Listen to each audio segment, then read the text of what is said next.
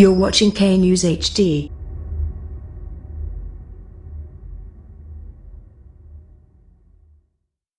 السلام علیکم، آپ دیکھ رہے ہیں کے نیوز ایچ ڈی۔ میں ہوں حارث علی شاہ گیلانی۔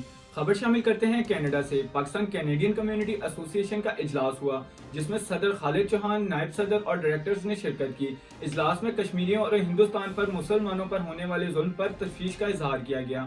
مزید اس حوالے سے رپورٹ کر رہے ہیں کینیڈا سے سید وجاہت علی شاہ۔ جی بالکل، پاکستانی کینیڈین کمیونٹی ایسوسی ایشن کا اجلاس ہوا جس میں صدر خالد چوہان، نائب صدر اور ڈائریکٹرز نے شرکت کی۔